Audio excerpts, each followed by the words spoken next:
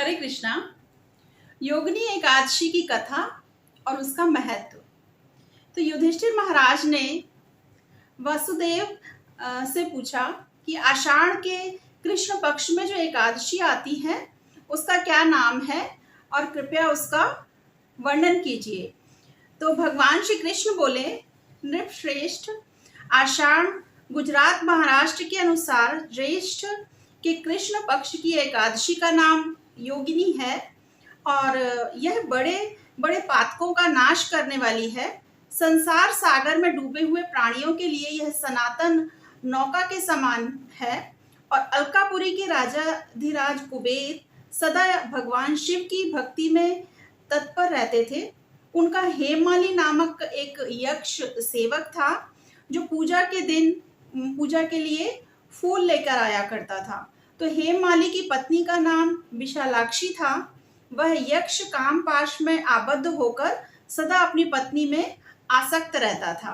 तो एक दिन हेममाली मानसरोवर से फूल लाकर अपने घर में ही ठहर गया और पत्नी के प्रेम पाश में खोया रह गया। अतः कुबेर के भवन में न जा सका। इधर कुबेर मंदिर में बैठकर शिव का पूजन कर रहे थे और उन्होंने दोपहर तक फूल आने की प्रतीक्षा की।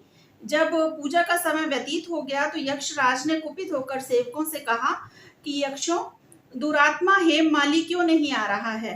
तो यक्षों ने कहा कि राजन, वह तो पत्नी की कामना में आसक्त हो घर में ही रमण कर रहा है। यह सुनकर कुबेर क्रोध से भर गए और तुरंत ही हेम माली को श्राप दे दिया और कहा कि वह जब आया तो उसने कहा कि तो कुबेर जी ने कहा कि तूने भगवान की अवहेलना की है और तुझे कोढ़ से युक्त, जो तेरी काया है वो कोढ़ से युक्त हो जाए और अपनी उस प्रियतमा से युक्त होकर इस स्थान से भ्रष्ट होकर तू अन्यत्र कहीं चला जा।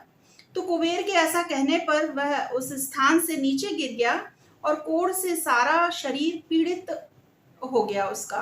परंतु शिव पूजा के प्रभाव से उसकी स्मरण शक्ति लुप्त नहीं हुई और तदंतर वह पर्वतों में श्रेष्ठ मेरुगिरी के शिखर पर गया और यहाँ पर मुनिवर मार्कंडेय जी का उसे दर्शन हुआ और पाप कर्मा यक्ष ने मुनि के चरणों में प्रणाम किया और मुनिवर मार्कंडेय ने उसे भय से कांपते हुए देखकर कहा कि तुझे तो कोढ़ के रोग ने कैसे दबा लिया, मतलब तुझे यह रोग कैसे हो गया। मार्कंडेय जी ने उससे पूछा। तो यक्ष ने बोला कि मुने, मैं कुबेर के का अनुचर हेममाली हूँ। मैं प्रतिदिन मानसरोवर से फूल लाकर शिव पूजा के समय कुबेर को दिया करता था। एक दिन सहवास के सुख में फंस जाने के कारण मुझे समय का ज्ञान ही नहीं रहा। अतः राजाधिराज कुबेर ने कुपित होकर मुझे ये श्राप दे दिया, तो जिससे मैं कोढ़ से आक्रांत होकर अपनी प्रियतमा से बिछुड़ गया हूँ। तो मुनि श्रेष्ठ, संतों का चित्त स्वभावतः परोपकार में ही लगा रहता है। यह जानकर मुझे अपराधी को कर्तव्य का उपदेश दीजिए। तो मार्कंडेय जी ने कहा कि तुमने यह यहाँ सच्ची बात कही है, इसलिए मैं तुम्हें कल्याणकारी एक व्रत का उपदेश देता हूँ।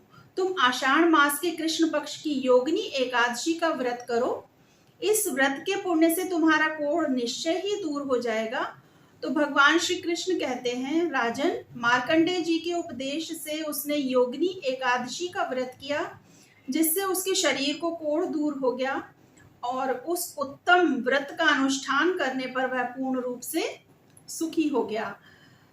तो हे नृपश्रेष्ठ, यह योगिनी का व्रत ऐसा पुण्यशाली है कि 88,000 ब्राह्मणों को भोजन कराने से जो फल मिलता है वही फल योगिनी एकादशी का व्रत करने वाले मनुष्य को भी मिलता है। योगिनी महान पापों को शांत करने वाली है और महान पुण्य फल देने वाली है। इस महात्म्य को पढ़ने और सुनने से मनुष्य सब पापों से मुक्त हो जाता है। हरे कृष्णा। श्री कृष्ण अर्पणम अस्तु। हरे कृष्णा।